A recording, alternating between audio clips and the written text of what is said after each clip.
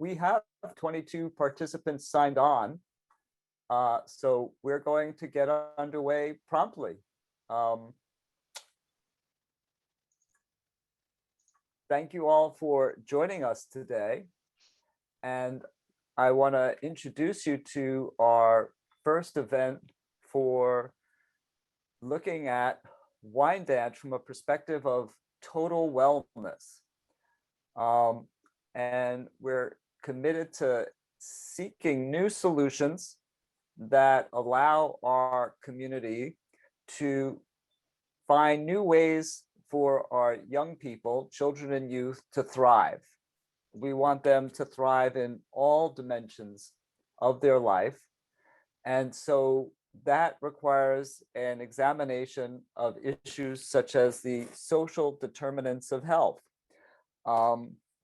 And what we'd like to do today is introduce you to some people who are working with us on this project and invite you to get involved in that work. So a couple of things to keep in mind today.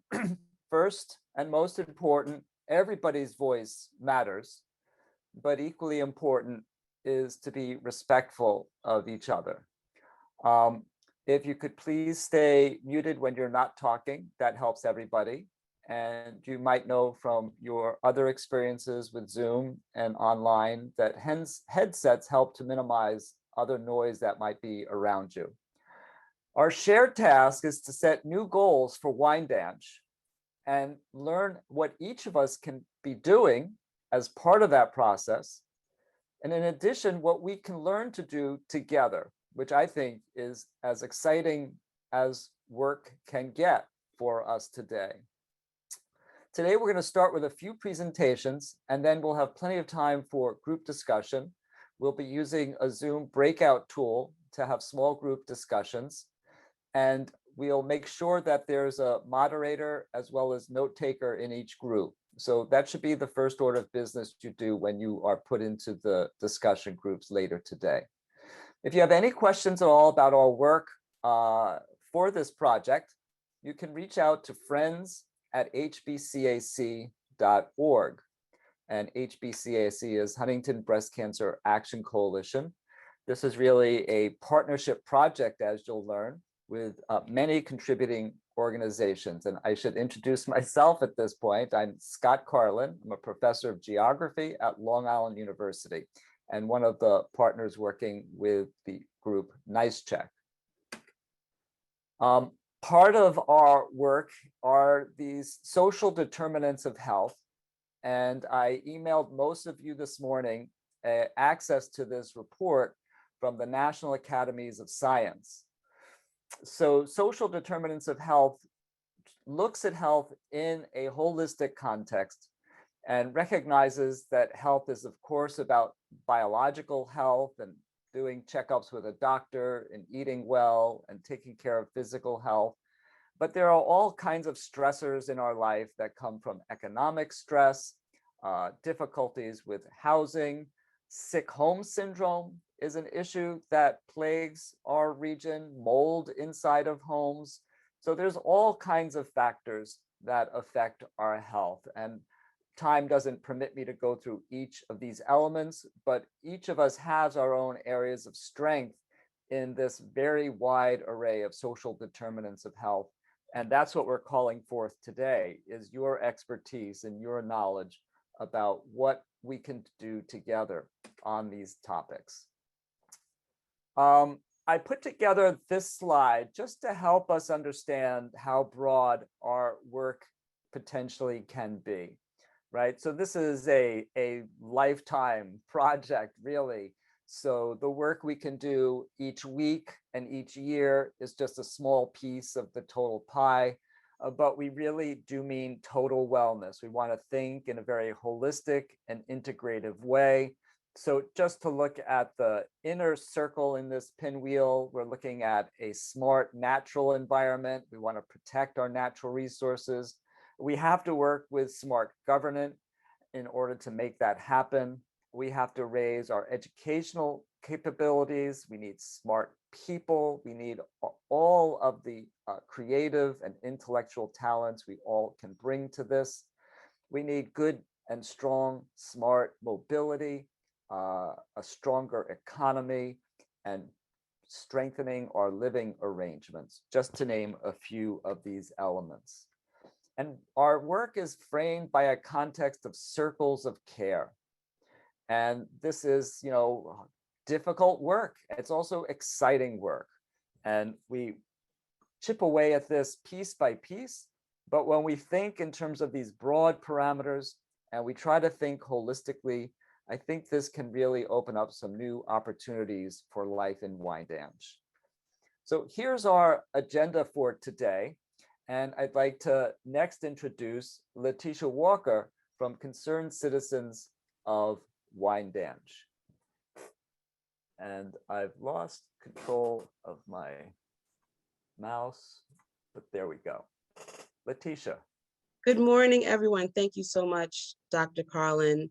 My name is Letitia Walker, President and Founding Partner of Concerned Citizens of Wyandanch Civic Association.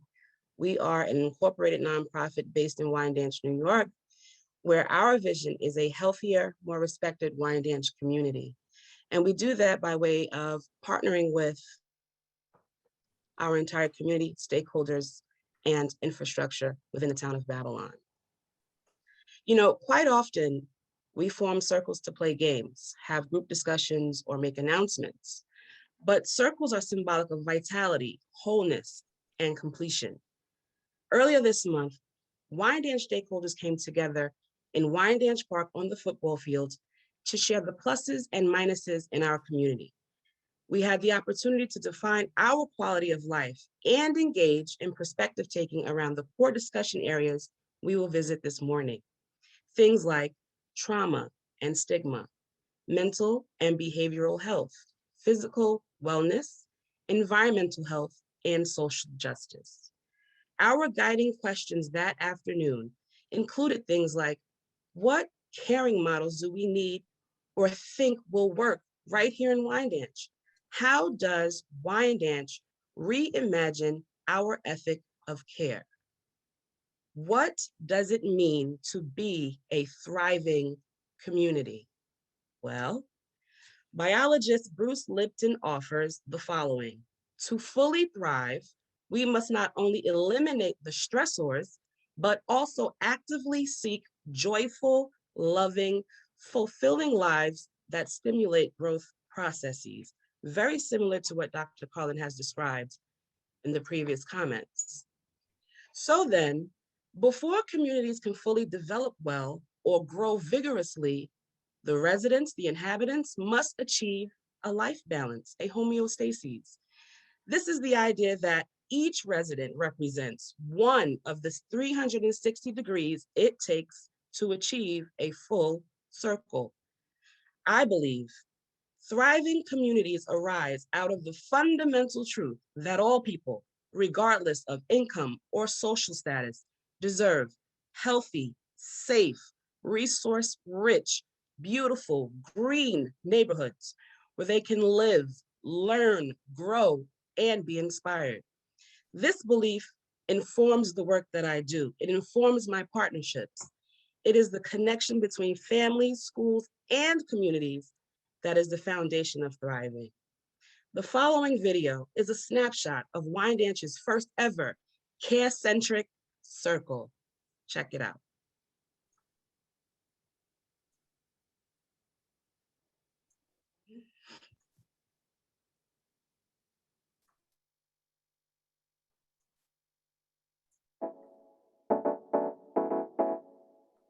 I mean, you can already tell just by looking here that diversity is a very big part of our community, and as diverse as we are very split apart, but a thing I like about Wyandanch is how knit together we are together. So even though there's people of different color all the time, we don't care, and I think that's something that everyone needs to see, and I would like to see more diversity all over the place. In our vision, what we do, we're doing this so that they can have a better future. We're doing this because one day we're going to step back and they're going to take this in. So let's continue to have these students need so people will not have to lose their houses and people have to maintain their houses. So I'm appreciative. I know the community is appreciative of everybody who pulled together to allow people to keep their houses secure and who are still affording. So we can stay as a community to help one another keep our houses together and our families together in one house. Mullet is library, and everybody's here, and I'm glad everybody's here. I'm glad for the children. So that you become comfortable enough to speak up about things that might bother you or your neighbor, right? You live right next door to each other, you go to the same schools, you work in the same offices.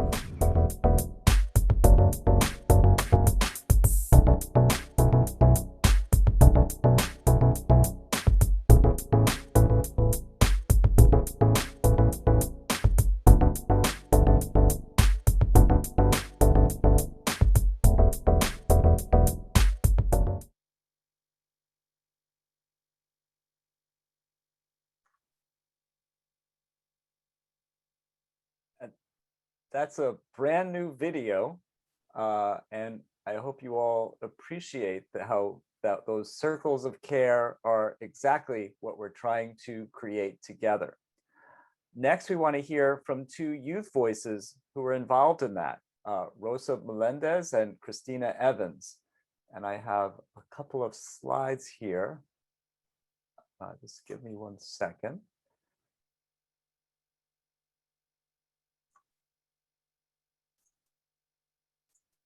So I'll invite Christina to go first.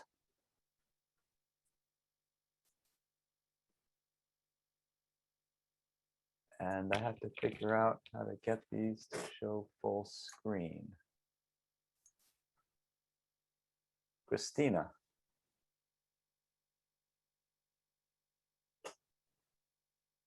Christina, you may have to hit the mute button. Hello? Yep. The floor is yours, Christina. Hi, my name is Christina Evans and I'm 10 years old. I'm in 5th grade now, but I'm going to middle school in the fall. I'm a Girl Scout and Earth Ranger right here in Wyandanch. As a Girl Scout, I honor my promise to be caring and strong. As an Earth Ranger, I study the natural world. Today I want to tell you about my neighborhood. I live in a special, loving place with a lot of kind people. Our park has a lake with wildlife like geese, hawks, fireflies, and frogs. I like to study them. I love animals and our planet. I work hard to save the earth and my community. What I mean by working hard to save it is I pick up trash and put it in a recycling garbage can in school. I want more programs that let me touch and play with all kinds of animals. I can't imagine how I would feel if I didn't see any grass or trees in my town. I love being outside when it's clean and green. Thank you. Thank you very much. I think we have maybe one more slide. Excellent. So next we'd like to hear from Rosa Melendez. Hi, my name is Rosa Melendez. I'm going to be a Wyandanch High School senior next year. And a little context, I want to go to college and become a child psychiatrist. And I want to come back to the community and help. And I think one of the reasons why mostly is because I see the lack of mentorship and the lack of inspiration in a lot of my community, because we constantly get pushed, the idea that, we need to do better. We're in this slump, so we have to work towards it, but we don't get the help that we need. And then, we need more parent interactions with the school. We need more mentors in the school. We need more people helping actively to make sure that our education is up to par with who we are. And when we don't have that, we won't get where we want to be. So I want to come in and be able to help kids who are like me. And I am so grateful that I've gotten to meet the people that I've met. I've been able to work with the people that I have. You know, one of my mentors, Miss Lori Farber, because I am also an environmental activist. So I also know the damage that Wyandanch has because of the environment. And I also want to fight for that. And in the end, it's just a lot of battles. But when we hit it slowly and one at a time and work together as a community and finally sit down and have these talks and have these talks, we'll be able to unite and become not just a bunch of people, but one person who fights for the same cause, which is in the end the advancement of Wyandanch as a person. And we will be able to be proud, which we are, and we'll be able to be proud of what we've become, and we can see and tell grandkids, kids in the future, this is what we were and this is what we are now. Thank you. Thank you. Very well stated. One of the lead people involved with Nice Check is Dr. Cappy Collins from Mount Sinai Hospital in New York City. And he is going to introduce himself and the work of Nice Check to us through a short video today. So let me just take a second to cue that up.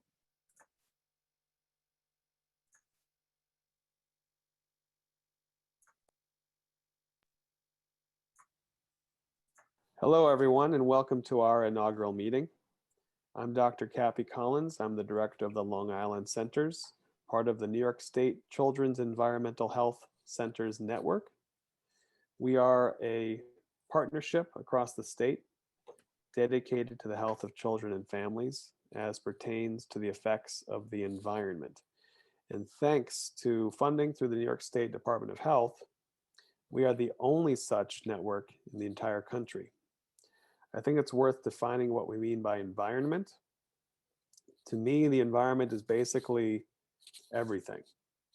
So of course, we're going to consider things like lead, tobacco smoke, these traditional environmental toxicants, and we consider the powerful and predictable impacts of the broader characteristics of the places we live. Asthma is a great example. We know that asthma is more than just using your inhaler. Does a child live near highways with diesel trucks emitting all of their exhaust? Does a child have safe and affordable housing that's free from mold and pests and pesticides? Does a child have safe places to play outside? Can a child walk to school?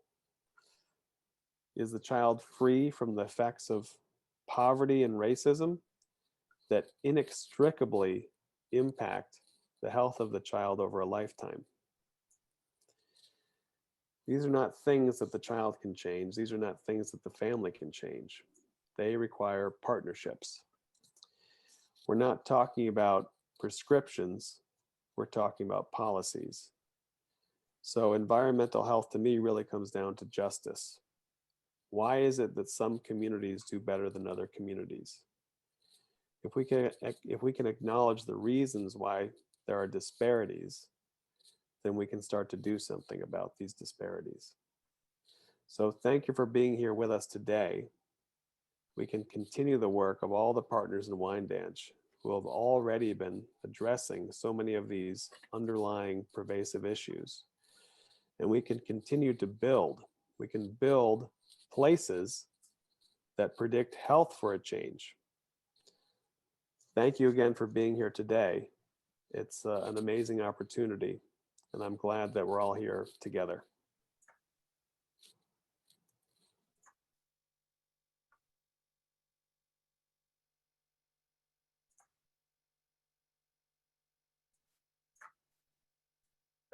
So those were very helpful words for helping to set the context for today. We have a couple more short presentations. Next, we'll hear from Dr. Al Jordan from Stony Brook University. And I just need a second to bring up his slides. Just give me a second.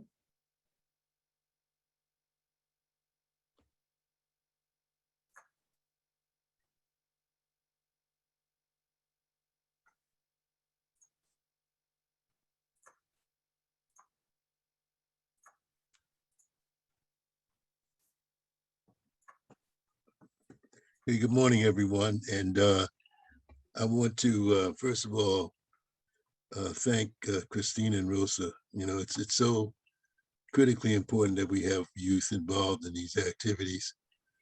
And each time I hear inspirational young people like them, I know that our future is in good hands. So thank you so much. You're beautiful. Very quickly, I had this slide, a quote from Coretta Scott King, the wife of Dr. Martin Luther King. The greatness of a community is most accurately measured by the compassionate actions of its members. And I truly believe that, and I see that quality as we move forward, working with folks in Wyandanch. When nice check started in the Long Island region, we made a decision to to involve ourselves in community engagement. All of the programs across the state have different things on which they focus. We wanted to focus on community engagement because we thought that was critically important to do, and it would be helpful across the region. Wyandanch is close to my heart. I was a student teacher in Wyandanch many years ago. I ran a program in the Wyandanch. Wyandanch was part of the program, but it was to help young people go to college.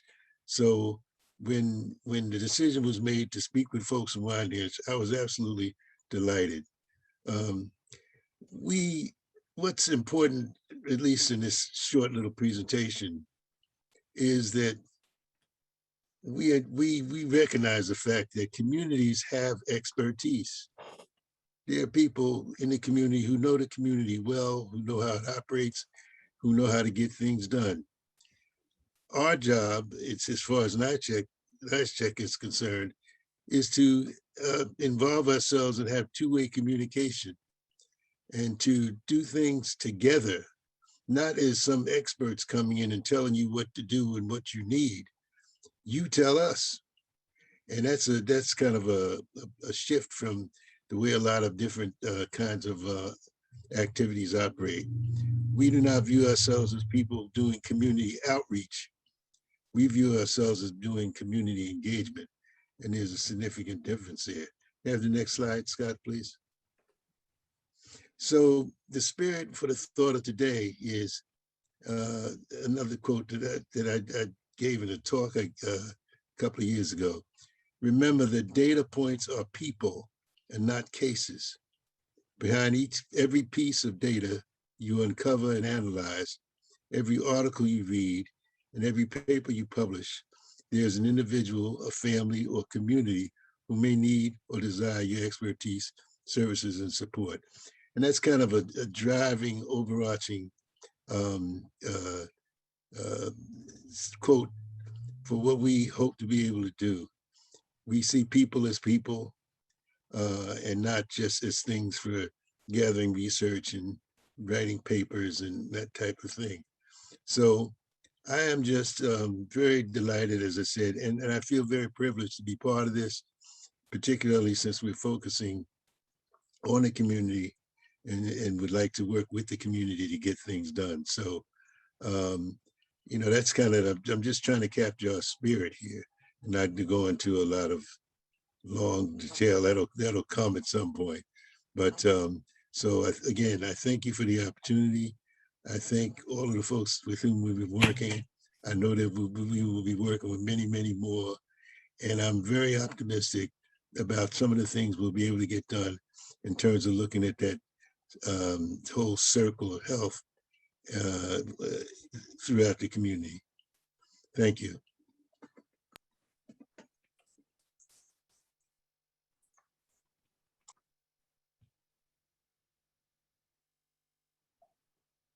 Thank you, Al. Very inspiring words. And I think you really helped capture some of the critical issues that we're trying to focus on in our work together. It's my privilege to now introduce Suffolk County Legislator Jason Richburg. And we're inviting Legislator Richburg to give us his sense of how he would help imagine what kind of vision we can create for community health here in Wyandanch and really in all communities throughout Suffolk. And thank you, Legislator Richburg, for joining us today.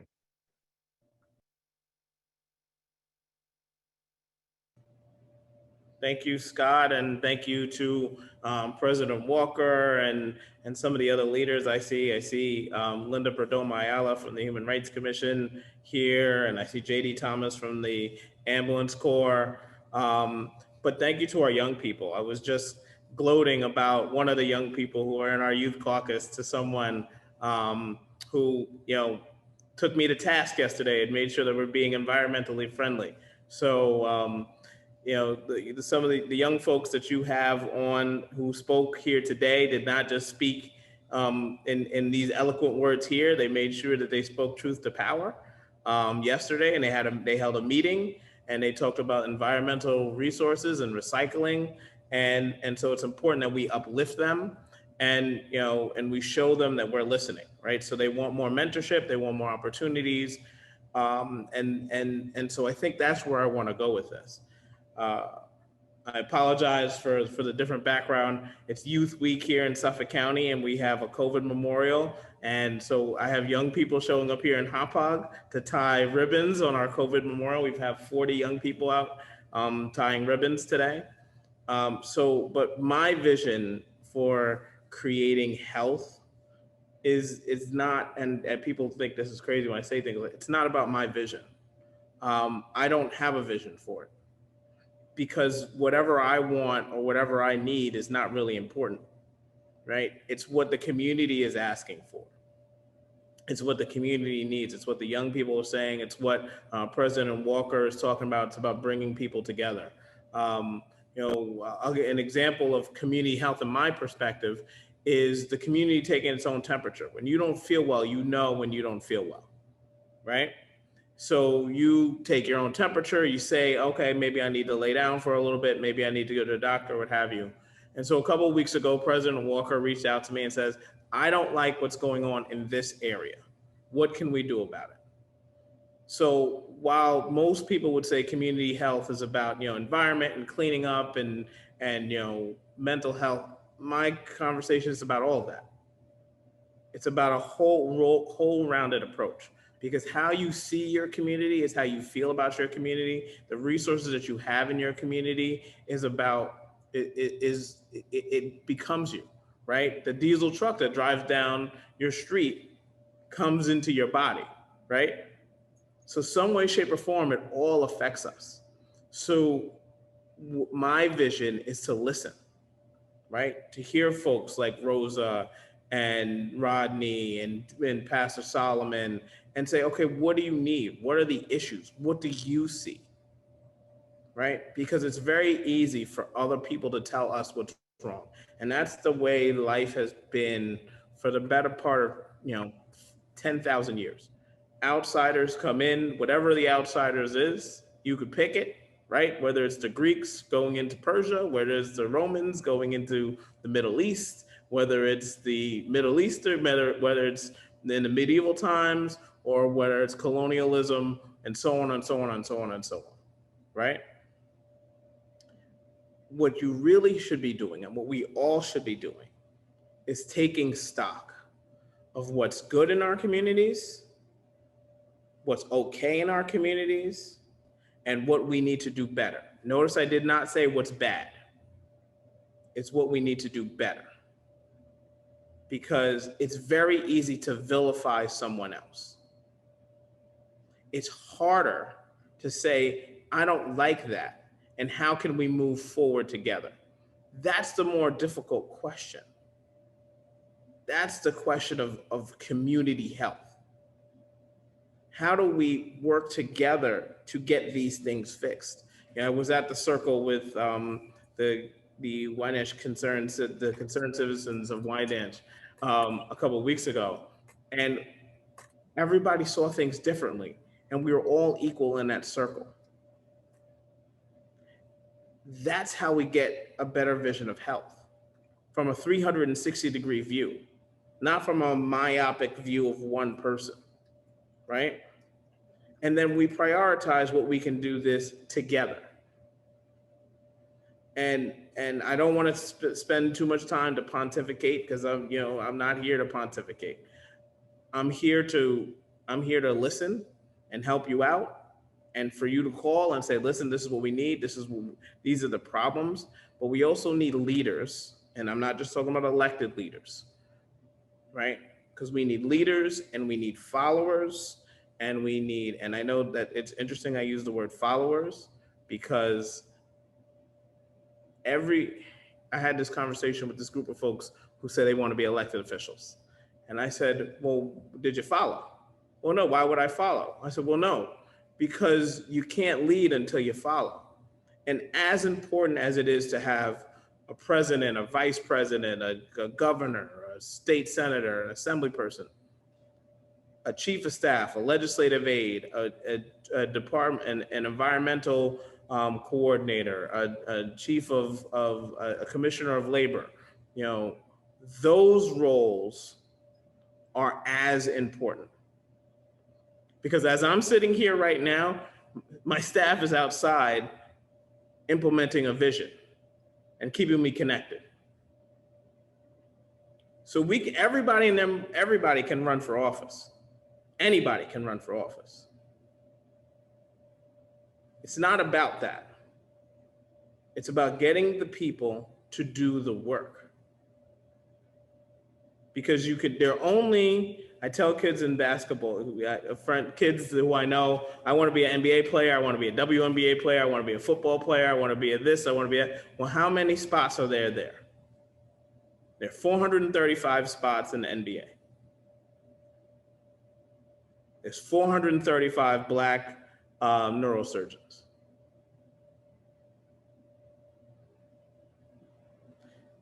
There are 435 spots in the House of Congress, in the House of Congress, and there's 100 in the Senate. The likelihood of you getting there is very slim.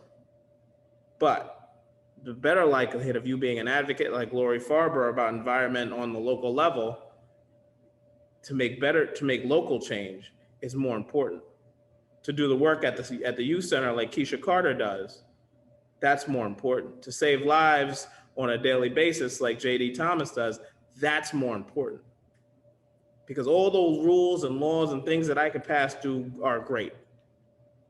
But those folks are the ones who are implementing policy and change and showing a community health that's different and an opportunity that's different from what other people see. So I know I said I was gonna be quick, and then I took another 5 minutes, and I apologize. I'm Episcopalian, so I'm not Baptist, but I guess I caught a little bit of a spirit there. But I want to thank you, Scott, and thank you to the community, and thank you for inviting me. And as always, you guys can always reach me at my office at 631-854-1111, or you could email me or my staff at info.do15@suffolkcountynY.gov. And we're always here to listen. Thank you very much. Before you go, could I ask you to address our youth, and what do you see as inspiring about this new generation of youth that's coming up? How are they distinguishing themselves, and how do we kind of build on that from your point of view? Well, I can tell you that one of your youth have been calling the Secretary General of Wyandanch for about 5 years now. So, and her camera is off. And she's laughing, and it's the truth, because I said, we always say that youth are leaders of tomorrow, and they're not. They're leaders of today. Greta Thunberg and the youth from Nigeria and South America and Sweden all came together and spoke truth to power. Youth leadership doesn't come at an age, right? Martin Luther King started at 29, right? Leadership starts, John Lewis started at 15, right? it doesn't come at an age or a time or a set anointing. It comes when it comes. And there are seasons for everyone. And so what I find empowering is that, especially over the last year, but I've had the pleasure of working with young people almost my whole life, but even when I was a young person, obviously, but with our youth caucus, we for the last 12 years, and Siobhan's outside, so she'll yell at me if I get it wrong. But she will. Keisha's sitting right there. She will. And Rosa, right? So we have the ability of seeing young people, and I have young people in our youth caucus with kids now, and they are leaders and change makers in their own way. And what we say to them is just make your own lane. Malaysia Johnson, who was an Earth Ranger, is now volunteering back with the Earth Ranger. She's telling me she's still an Earth Ranger, right? She's a leader today. She was a leader then, and today she's still a leader. So what I find inspiring is that they're not stopping. And maybe I don't agree with all their methods. Maybe I don't agree with everything that they say, but I don't have to agree. That's what I said to you before. It's not about agreement. It's about finding a common ground for us to move forward. And, Rosa said she's coming back. She's never leaving. Christina is never leaving. They might go to someplace else and go to college and come, but they're coming back. And they're coming back to make sure that we're doing what we're supposed to be doing. And they're keeping their pulse on. And just because it's not on Facebook where we all are on, doesn't mean that they're not activated. So does that answer your question, Scott? Absolutely. Thank you so much for sharing those additional words. And I certainly got a lot out of it. I'm sure many other people on the call did as well. Thank you so much for joining us. Thank you. And thank you all. I know I'll see most of you all. JD, I'll see you later on today, but I'll see the rest. So our next speaker is Karen Miller, president of Huntington Breast Cancer Action Coalition. So no pressure on Christina, Rosa, but you just rocked the house. It was really great. And I need to coin a phrase that's been used a lot. You guys are the guardians for our future. And that's really a big baton to carry. But it looks like we're counting on you and your involvement and your voices, just directly, what is it that you see? Because you have a different vision. You have a new vision. You've been brought into a world that didn't exist in the 1940s when I was born. Everything is changed and everything is accelerating now. So you are the guardians for our future. Thank you. I love this. I think the circle is all about all of us being guided by our youth. So I'm Karen Miller, and I'm founder of Huntington Breast Cancer Action Coalition. And a shout out to Jason Richberg. As part of NICHEC, we partnered on an asthma project, and he supported getting posters in all of the pharmacies in Suffolk County, along with Susan Berland and Kara Hahn, and I think it was almost a majority of the Suffolk County legislature. And it's letting kids know and letting parents and grandparents like me know the difference between a control and a rescue inhaler. So yeah, it is an iron triangle too. It's about your voices and ours. It's about the medical professionals. Shout out to Sophie Jan from Northwell, who's a partner in the New York State Network.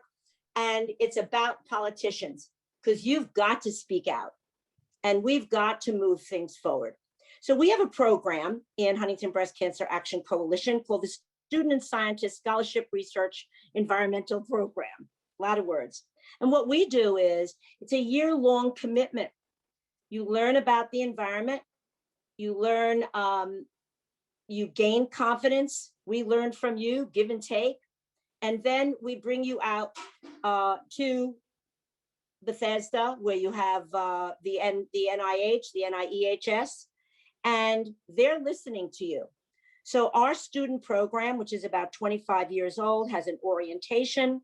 We want to hear from you.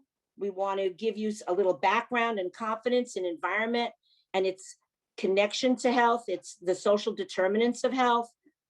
And then we encourage you in your platforms. Again, Jason Richburg spoke about Facebook. That's my medium.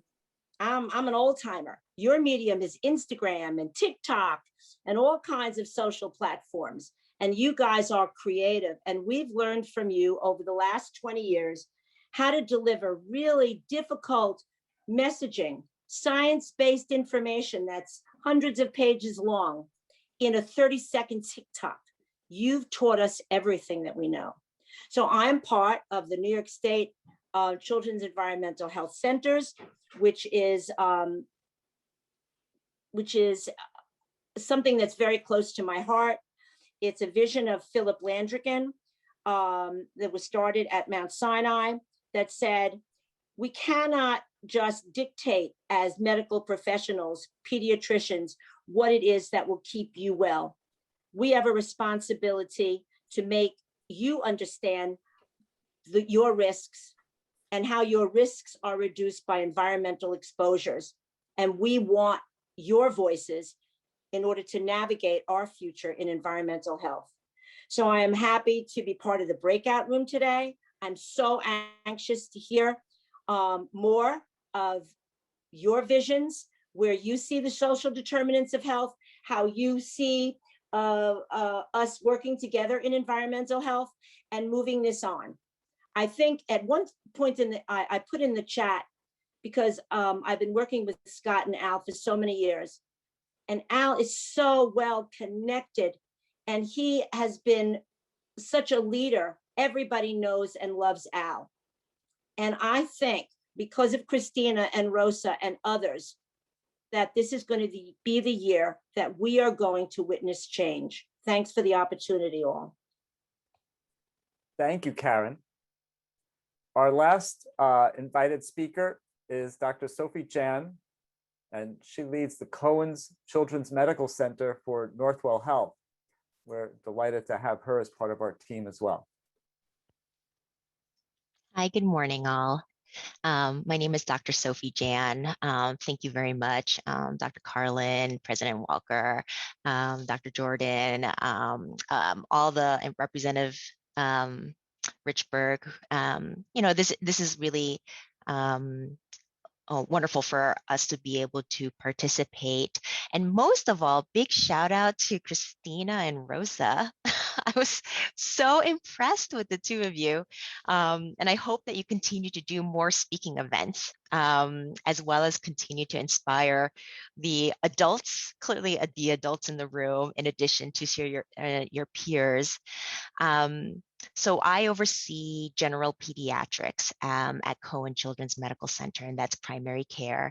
Cohen Children's, as many of you know, is located in the New Hyde Park area, but the primary care and specialty network kind of spans across Suffolk, Nassau, Queens, Brooklyn, Staten Island, and Westchester counties.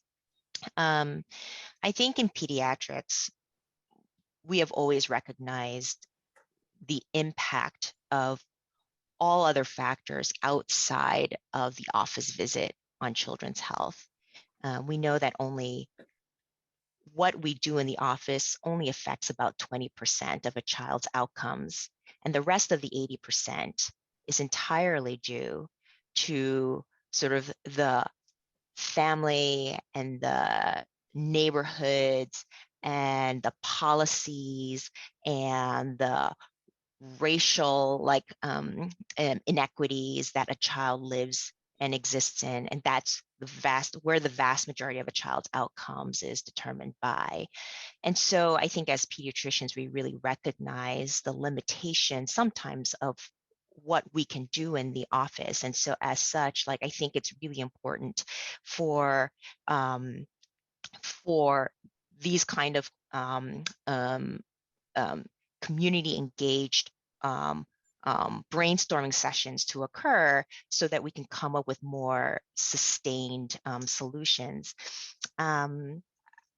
In terms of sort of current activities, current and planned activities between Cohen Children's and Wyandanch, I just wanted to mention a few besides sort of supporting the Pediatric Environmental Health Center work that today's activities are, that's today's activities. Cohen Children's also engages in a lot of partnerships with the school districts. And for Wyandanch, there's actually a number that are planned for this coming fall that includes workshops on bullying, recognizing bullying, mental health, puberty, health and wellness, and of course, environmental health. There's some planned parent training workshops that are about to occur as well. And, you know, depending on sort of what arises here, like those workshops will be, we can sort of determine what those will look like. There are some specific activities going on, also funded by New York State Department of Health, as well as Northwell, around sort of creating breastfeeding friendly communities. And I actually see a number of people that are part of that team on this call here. And I didn't know if Pam Anderson or Chisholm or Anastasia, if you wanted to describe that.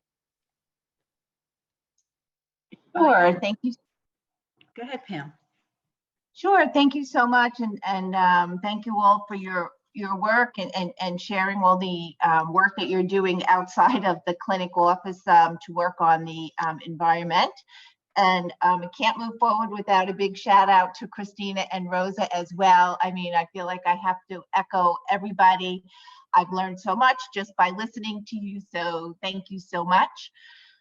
So our team is currently working on a pediatric obesity prevention grant. It's a 5-year grant from New York State Department of Health. And we're working to create breastfeeding friendly communities. And one of the selected communities from New York State has been Wyandanch. So we've been working in Wyandanch for about 4 years now.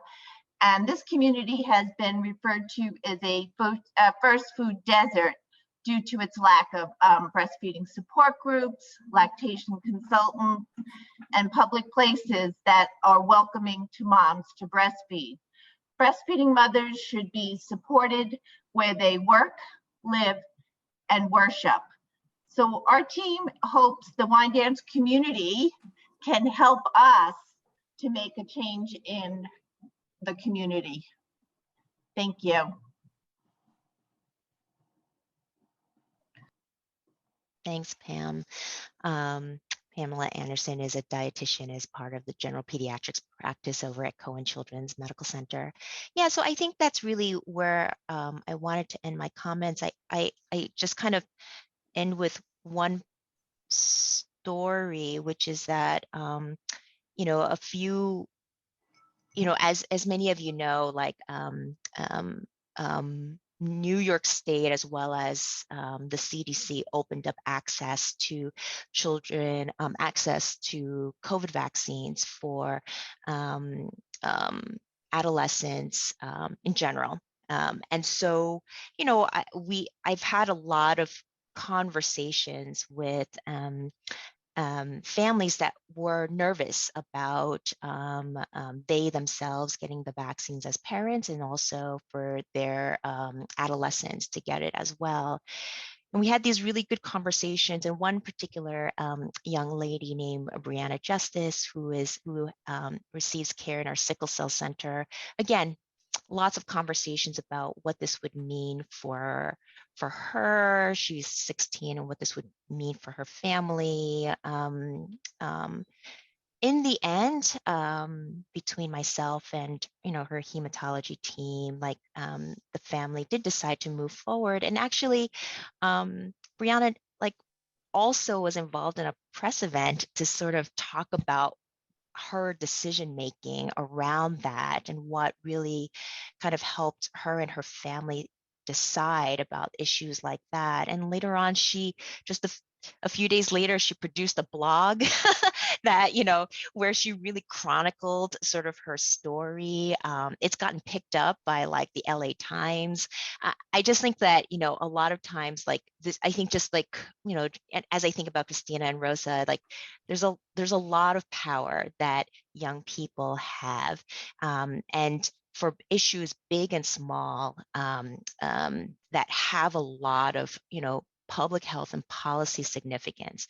There's a lot that our youth can do with a little bit of support from the adults in the room, right? And making sure that they get the opportunities to be able to, and a platform.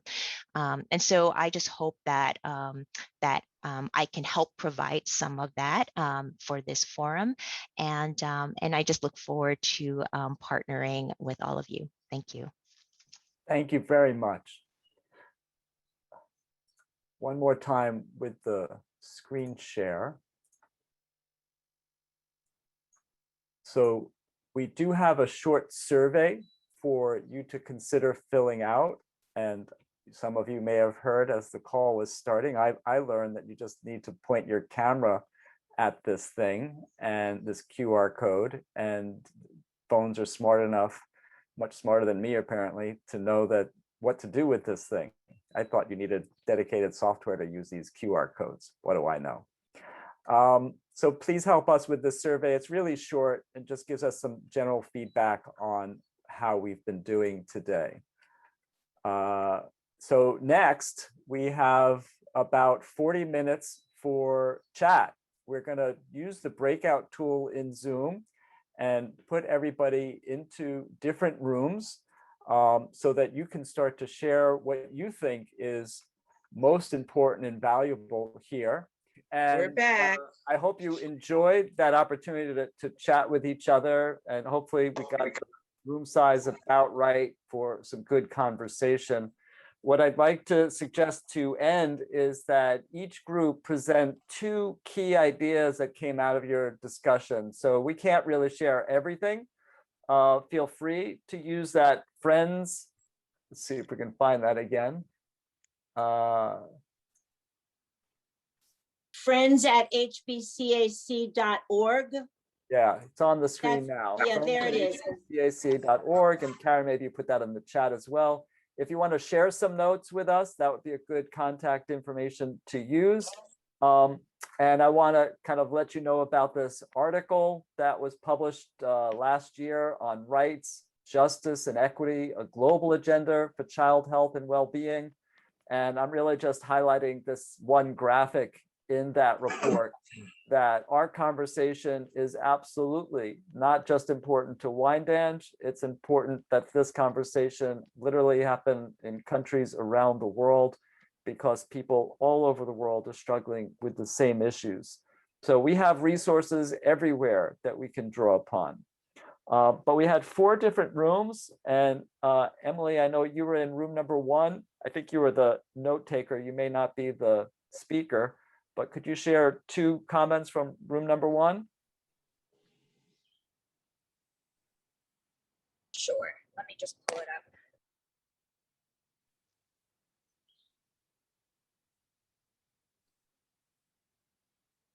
So a big thing that I wrote from Pastor Solomon, David Solomon, he said, how do we get more youth people in understanding the significance of civic justice? So a big thing was bringing youth in, their generation. It's, they're bringing in more knowledge that we don't know, we don't have. And I think it's a great way to, like I said, share knowledge and share their experiences, their high schools, their communities, and find ways to make communities better, so to speak. Excellent. I'm just going to mention another one was about mental health, is churches, making churches more, I guess, accessible to communities, allowing, getting, I guess, flowers or not flowers, flyers, anything out to the public to address, like, hey, we're here for you. Just make those who don't feel like they can reach out to people that need the help, whatever it may be, can get that help through churches, spiritual, whatever it may be. Excellent. And Letitia, you were in room 2.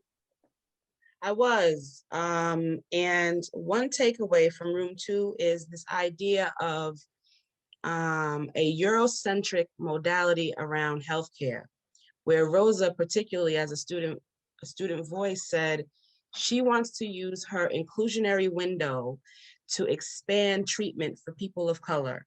And because we live in a minority-ran environment, she wants to use her experiences with people of color and people of non-color to really inform her educational goals and career aspirations, which I thought was pretty incredible, especially since we talked about categories and how sometimes they can be restrictive, but we also can learn them as a learning tool as it pertains to millennials and the Latinx, and not being identified by a label, but as a person.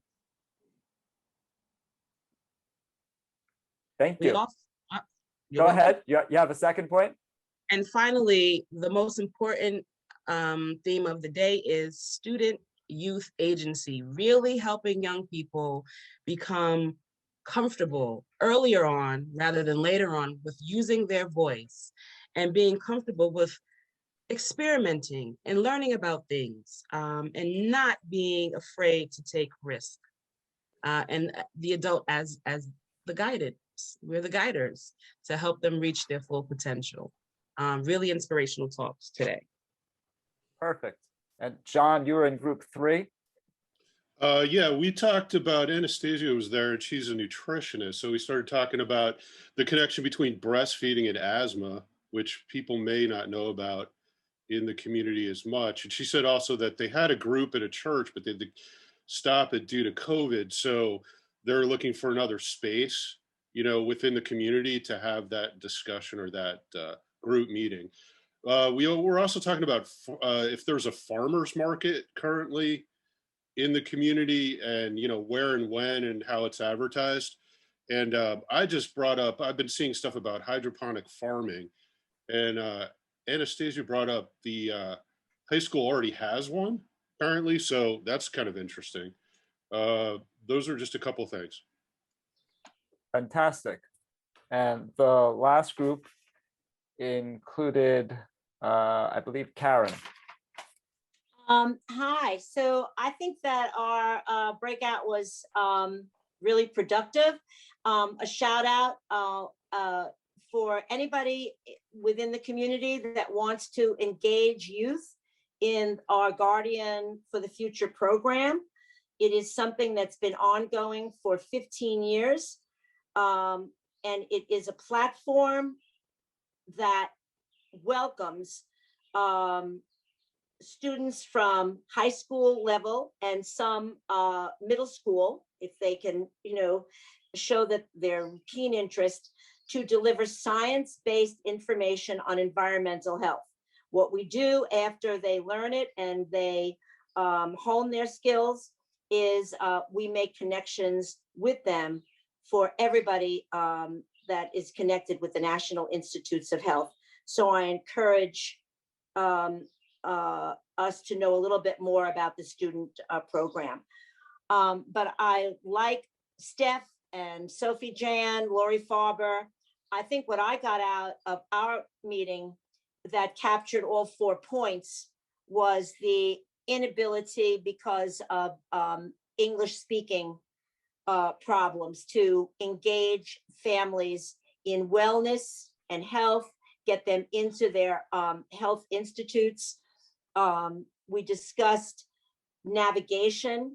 We think that that was really key because we want to get somebody who's available when the parents are home, who can create that kind of trust within families so that they can really feel that the institute or the doctor that's near them is their friend.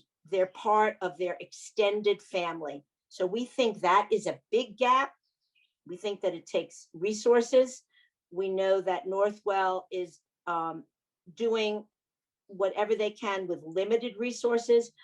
Lori, Sophie, Steph. But I think the big thing was non-English speaking and trust is breaking down the connectivity to the families and wellness. Excellent. So we've gotten a chance for you to each have some time to chat with each other, get to know each other a bit.